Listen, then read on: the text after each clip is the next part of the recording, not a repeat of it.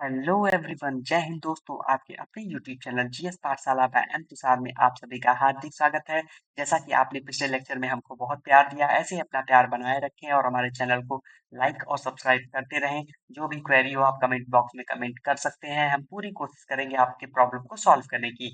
आज हमारा class 10th का chapter number 3 metal and non metal के बारे में डिस्कस करेंगे और पूरे जोश के साथ। और आई होप आप स्वस्थ होंगे, मस्त होंगे, लाइफ को एंजॉय कर रहे होंगे।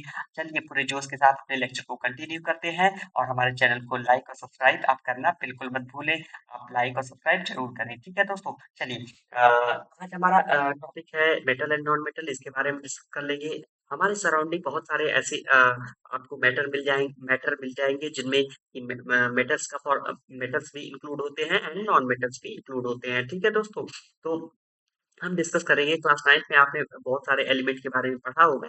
अकॉर्डिंग टू एनसीईआरटी हम चलते हैं, हम इसी के अकॉर्डिंग आपको पढ़ा रहे हैं, ठीक है दोस्तों। तो हम क्लास 9th में आप लोगों ने बहुत सारे एलिमेंट के बारे में डिस्कस किया होगा। आज हम देखेंगे कि आज हम क्लासिफाइड भी करेंगे कि कौन सा मेटल्स है और कौन सा नॉन मेटल्स एलिमेंट है, ठीक है। जैसा कि हमारे जो एनवायरमेंट में नियर अबाउट 92 मेटल्स प्रेजेंट हैं एंड 22 नॉन मेटल्स प्रेजेंट हैं, ठीक है दोस्तों। तो ये हमारे क्या है, और भी हैं, बट इनका उन जो भी अदर मेटल्स हैं या नॉन मेटल्स हैं उनके बारे में पूरी तरह से इंफॉर्मेशन नहीं मिली है। जो भी चीजें हमको मिली है वो पीरियोडिक टेबल में आपको अरेंजमेंट के फॉर्म में दिखाई देंगी, ठीक है दोस्तों। चलिए हम अपने लेक्चर को आगे कंटिन्यू करते हैं। जैसा कि एनसीईआरटी डायरेक्टली आपका सबसे पहले आप ही से क्वेश्चन पूछता है या एक्टिविटी से स्टार्ट करता है। तो यहाँ पर क्वेश्चन है कि आप think of some uses of metals and non metal in your daily life. सोचिए कि ये हम मेटल्स या नॉन मेटल्स अपने डेली लाइफ में क्या कहाँ कहाँ यूज करते हैं, ठीक है। और what properties did you think of while categorizing elements as metals और नॉन मेटल्स। ऐसे क्या प्रॉपर्टीज हैं जिनके अकॉर्डिंग आप डिफरेंशिएट कर सकते हैं मेटल्स और नॉन मेटल्स को, ठीक है।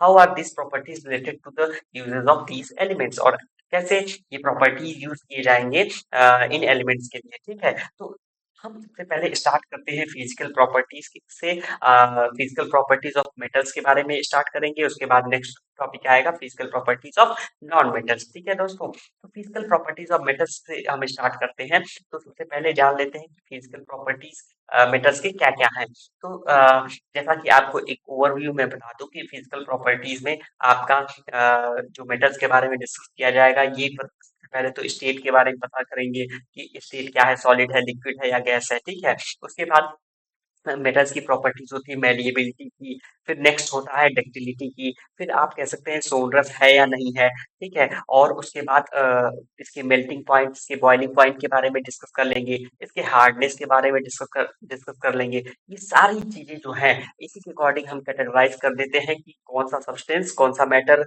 मेटल्स है और कौन सा सब्सटेंस या मैटर नॉन मेटल्स है, ठीक है दोस्तों। तो इनके बारे में हम डिस्कस करेंगे। तो जैसा कि easiest way to start grouping substance is by comparing their physical property, यही सबसे अच्छा तरीका है या इजी मेथड है जिसके अकॉर्डिंग हम कैटेगराइज कर सकते हैं एंड ग्रुपिंग कर सकते हैं कि कौन सा सब्सटेंस मेटल्स है, कौन सा नॉन मेटल्स है, ठीक है दोस्तों। चलिए हम स्टडी के अकॉर्डिंग, एक्टिविटी के अकॉर्डिंग, आपका पुराना पैटर्न है, एनसीईआरटी का भी पुराना पैटर्न है कि एक्टिविटी के अकॉर्डिंग ही हम बात करते हैं कि क्या क्या चीजें हो सकती हैं, ठीक है। जैसा कि हम एक सैंपल कलेक्ट करते हैं, कुछ आयरन्स का, कुछ कॉपर का, एल्युमिनियम का, मैग्नीशियम का, सोडियम का, लेड का, जिंक का और एनी अदर मेटल्स जो कि इजीली अवेलेबल हो जाएंगे, ठीक है। जैसा कि आयरन आप जानते ही हैं, घरों में जो यूज होता है, कुछ सामानों में यूज होता है, अदरवाइज आयरन के कह सकते हैं डोर यूज करते हैं, विंडो यूज करते हैं, तो वहां पर आप देख सकते हैं इजिली, ठीक है। कॉपर के वायर आप लोग देखते होंगे, कॉपर के वायर आते हैं, वो भी एल्युमिनियम के बर्तन, जो भी यूटेंसिल्स आप यूज करते हैं घरों में, ठीक है। मैग्नीशियम हो गया, सोडियम हो गए, लेड हो गए, जिंक हो गई, बहुत सारे ऐसे मेटल्स हैं जो कि इजीली अवेलेबल हो जाएंगे।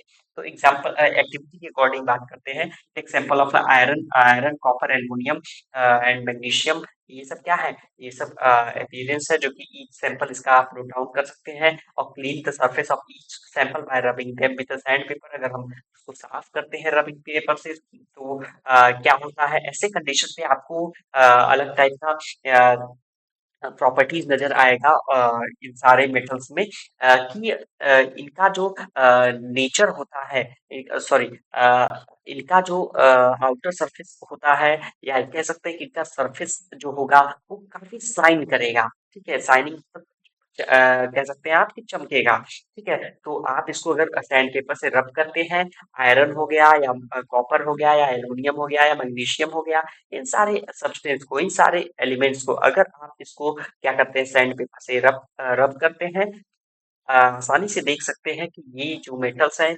ये मेटल्स ही, इनकी प्रॉपर्टीज क्या है। पहली बात तो ये एलिमेंट है, इनकी प्रॉपर्टीज क्या है, ये साइन करते हैं। ठीक है, तो साइनिंग वाले जो प्रॉपर्टीज को हम क्या बोलते हैं, अगर इस प्रॉपर्टी को हम बोलेंगे मेटालिक लस्टर बोलेंगे, या ठीक है, तो इट मीन्स कि अगर, अब आप बता सकते हैं यहाँ पर आपको ये एक्टिविटीज आप करेंगे तो उसके अकॉर्डिंग आपको कंक्लूजन मिल जाएगा।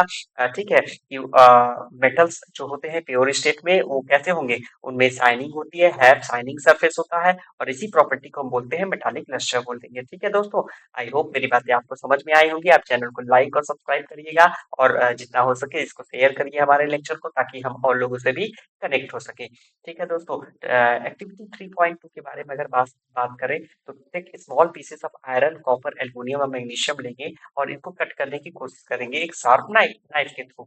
तो यहाँ पर हम चेक करेंगे कि कुछ ऐसे एलिमेंट है जो कि आसानी से कट जाएंगे, कुछ ऐसे एलिमेंट्स हैं जो आसानी से नहीं ब्रेक हो सकते या नहीं कट सकते हैं। ठीक है दोस्तों, तो यहाँ पर देख सकते हैं, और इनको according to this, put it on the watch glass and try to cut it with a knife। इनको cut करने की कोशिश करेंगे। तो यहाँ पर हम देखेंगे कि जो भी मेटल्स हैं, ये जो भी एलिमेंट हमने ना अभी अभी आपके सामने नाम लिया है, आयरन हो गया, कॉपर हो गया, एल्युमिनियम हो गया, या मैग्नीशियम हो गया, तो ये सारे मेटल्स क्या है कि ये सारे metals generally hard in nature होते हैं, इनको काटना आसान नहीं होता है। ठीक है, बहुत कम, मतलब कुछ ही एलिमेंट को कह सकते हैं, जैसे कि आपका सोडियम हो गया या पोटेशियम हो गया, तो इनको आप नाइफ के थ्रू काट सकते हैं। अदरवाइज और कोई भी एलिमेंट ऐसा है, और भी एलिमेंट है जो कि जनरली उनको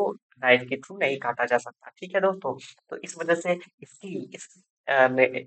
ऐसे एलिमेंट के इन्हीं प्रॉपर्टीज की वजह से इनको क्या बोला जाता है, मेटल्स बोला जाता है।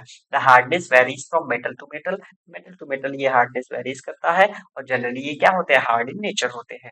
ठीक है, अकॉर्डिंग टू हार्डनेस मैंने बात कर लिया। अभी अभी अभी तक आपसे दो दो प्रॉपर्टी के बारे में मैंने डिस्कस किया मेटल्स के। पहला प्रॉपर्टीज क्या था, पहला प्रॉपर्टीज तो उसके साइनिंग के बारे में था, जिसको मेटालिक लस्टर बोलते हैं। ठीक है, metal have a shining and its lustre in nature. Okay दोस्तों, नेक्स्ट क्या है, नेक्स्ट मेटल क्या है, मेटल जनरली हार्ड होता है, तो मतलब ये कह सकते हैं metal are hard in nature. ठीक है, mostly metals are hard in nature. Okay दोस्तों, next take piece of iron ले लिया, जिंक ले लिया, नेक्स्ट एक्टिविटी में लेड एंड कॉपर है, और इनको कह सकते हैं place any one metals on a block of iron and strike it for 4 और 5 टाइम्स विद हैमर। अगर इनको पीटा जाए हैमर के थ्रू तो क्या ऑब्जर्व करेंगे, तो ऐसे कंडीशन में हम ऑब्जर्व करेंगे कि जो भी ये मेटल्स हैं ये थिन शीट में कन्वर्ट हो जाएंगे, अगर आप हैमर से इन पे क्या करते हैं, इन पे स्ट्राइक करते हैं। ठीक है दोस्तों, तो हम यही फाइंड करेंगे कि सब मेटल्स होते हैं जो कि can be bitten into thin sheets, and इसी प्रॉपर्टीज को, मेटल्स की इसी प्रॉपर्टीज को हम क्या बोलते हैं, मेडिएबिलिटी बोलेंगे। ठीक है, जैसा कि हम जानते हैं gold and silver are most malleable metals. Gold and silver are those metals which are very very most malleable metals होंगे। ठीक है दोस्तों, तो कह सकते हैं अभी हमारी थर्ड प्रॉपर्टीज है कि मेटल्स, जितने भी मेटल्स हैं, जो भी 92 एलिमेंट्स हैं, इनके पास मेलिबिलिटी की प्रॉपर्टीज होती है। ठीक है, नेक्स्ट हमारा क्या है दोस्तों, कि एक्टिविटी 3.4 में देखेंगे कि metals whose wire you have seen in daily life. क्या ऐसे मेटल्स के वायर्स हैं जो कि हम अपने डेली बेसिस पे देखते हैं, तो बहुत सारे आप देख सकते हैं कि कॉपर के वायर, एल्युमिनियम के वायर, ये सब क्या है, जैसे कि हमारे इलेक्ट्रिसिटी जो भी वायर्स है उसमें जो कॉपर का वायर इंक्लूड होता है, या आप ये कह सकते हैं कि एल्युमिनियम के वायर इंक्लूड होते हैं। तो ये सारी चीजें बताती है कि मेटल्स के पास ये प्रॉपर्टीज है। कैसी प्रॉपर्टीज है मेटल के पास?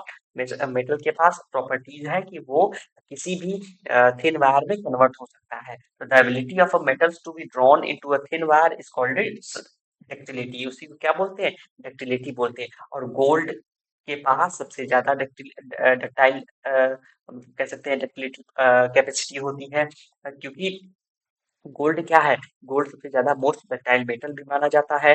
जैसा कि हमने अभी एग्जांपल के तौर पे अगर हम बोले, तो अगर एक वायर है गोल्ड का, सॉरी, तब लगभग अगर 1 ग्राम ऑफ गोल्ड ले लें, तो इसको 2 किलोमीटर लेंथ वायर में कन्वर्ट कर सकते हैं। इतना मतलब गोल्ड की कह सकते हैं डक्टिलिटी कैपेसिटी है, या ये इतना डक्टिलिटी नेचर है। ठीक है, तो मोस्ट ऑफ मेटल्स जितने हैं वो डक्टाइल इन नेचर होते हैं। इस वजह से हम कह सकते हैं कि metals have properties of ductility. Okay दोस्तों, it is because of their malleability and ductility that metals can be given different shapes according to our needs। और इस मेटल्स की इसी प्रॉपर्टी की वजह से, malleability एंड डक्टिलिटी की वजह से, तो हम मेटल्स को किसी भी शेप एंड साइज में कन्वर्ट कर सकते हैं। ठीक है दोस्तों, आई होप मेरी बातें आपको समझ में आई होंगी। चलिए नेक्स्ट हम देखते हैं, can you name some metals are use for making cooking vessels. बहुत सारे ऐसे एलिमेंट मतलब सामान है, वेसल्स यूज करते हैं मेटल्स का। Do you know these metals are used for और making vessels? Let us do. तो सारी चीजें हैं, हम कह सकते हैं। यहाँ पर एल्युमिनियम कॉपर वायर का भी यूज, यहाँ एक्टिविटी 3.5 आप देख सकते हैं कि take an aluminium copper wire है, clamp this wire on the stand and fix a pin to the free of the wire using wax. Wax use कर लेंगे and heat the wire with spirit lamp candle at burner near the place where it is clamp, जहाँ पर clamp हुआ है। And हम क्या observe करेंगे यहाँ पर? हम बता सकते हैं कि मेटल्स के पास मेटल्स क्या शो करेगा यहाँ पर? Good conductor of heat show करेगा। ठीक है दोस्तों, क्योंकि एक प्लेस पे हमने वैक्स ले लिया है, और एक प्लेस पे क्या है, और एक प्लेस को और दूसरे प्लेस पे बर्नर को ऑन कर दिया है, और यहाँ पर हीट करते हैं, तो आफ्टर सम टाइम क्या हो जाता है? वैक्स नीचे की तरफ मूव कर जाता है। ठीक है दोस्तों, तो ऐसे कंडीशन को क्या बोलेंगे कि मतलब इट मीन्स कि मेटल्स के पास क्या है, ये मेटल वायर है, तो इट मीन्स कि इसमें ट्रांसफर ऑफ हीट होता है, जिसकी वजह से क्या हो जाता है? ये वैक्स आपका मेल्ट हो जाएगा, और इसकी इसी प्रॉपर्टी को क्या बोलते हैं? Good conductor of heat. ठीक है दोस्तों, तो मेटल्स के पास ये कह सकते हैं कि मेटल्स कैसे हैं, जितने भी मेटल्स हैं उनके पास गुड कंडक्टर ऑफ हीट होता है, मतलब कि हीट। और उसके आगे अब अभी और पढ़ेंगे तो इलेक्ट्रिसिटी का भी रोल हो जाएगा। And have high melting point, इनका जो मेल्टिंग पॉइंट होता है बहुत ही हाई होता है। Best conductor of heat are, अगर हीट की बात करें तो बेस्ट कंडक्टर ऑफ हीट कौन है? सिल्वर है and copper. Lead and mercury को, मरकरी की अगर बात करें, तो इट मीन्स कि lead and mercury are comparatively poor conductor of heat. तो ये कुछ एक्सेप्शंस है मेटल्स में, जो कि आप देख सकते हैं। सॉरी दोस्तों, metals conduct electricity or also convert, मतलब ऑब्वियसली बिकॉज आपके एल्युमिनियम हो गए, कॉपर हो गए, कॉपर वायर, एल्युमिनियम वायर, तो इनके थ्रू तो करंट पास करता ही है। तो ऑब्वियसली हम कह सकते हैं कि metals have a good conductor of heat and also electricity. ठीक है दोस्तों, यहाँ पर आप देख सकते हैं metals are good conductor of electricity. Battery को यूज कर लिया, इसमें वायर जो है एंड बल्ब है, तो वायर के थ्रू करंट पास कर रहा है। इट मीन्स की क्या है? बता सकते हैं कि metals are a good conductor of electricity। You must have seen this bar carry current in our homes। PVC जो लगता है उसी के पॉलीविनाइल क्लोराइड और रबर लाइक मटेरियल है, तो उनमें electric wires coat coat electric wires के ऊपर ये कोट किए जाते हैं। ठीक है, what happens when metals strike a hard surface, क्या होता है? ये भी आप देख सकते हैं। ये भी प्रॉपर्टीज के बारे में मैंने बताया था कि sonorous in nature, it means कि अगर कोई आयरन का रॉड हो या आयरन के छोटा सा मेटल्स हो, सॉरी छोटा सा एलिमेंट हो, उसको मैं ग्राउंड सरफेस पे गिरा दूं, तो एक अलग आवाज आएगी। जैसे आप सिंपली ये भी सुन सकते हैं कि आपके स्कूल में जो बेल बजती है, तो वो क्या है? बिल्कुल सोनरस टाइप का आवाज आता है। तो उसी आवाज को क्या बोलते हैं? मेटल्स। मेटल्स के पास है ये प्रॉपर्टीज है कि साउंड प्रोड्यूस कर सकता है। ठीक है, डू दे प्रोड्यूस साउंड? तो ये बता सकते हैं कि साउंड प्रोड्यूस कर सकता है। ठीक है दोस्तों, आई होप ये लेक्चर पसंद आया होगा। और लेक्चर पसंद आया हो तो हमारे चैनल को लाइक सब्सक्राइब करें और जितना हो सके शेयर करें दोस्तों, ताकि हम और लोगों से भी कनेक्ट हो सके। ऐसे ही अपना प्यार बनाए रखें और नेक्स्ट टाइम पे हम नॉन मेटल्स के बारे में डिस्कस करेंगे। और आई होप कि आप स्वस्थ होंगे, मस्त होंगे। चलिए दोस्तों, थैंक यू वेरी मच। जय हिंद दोस्तों।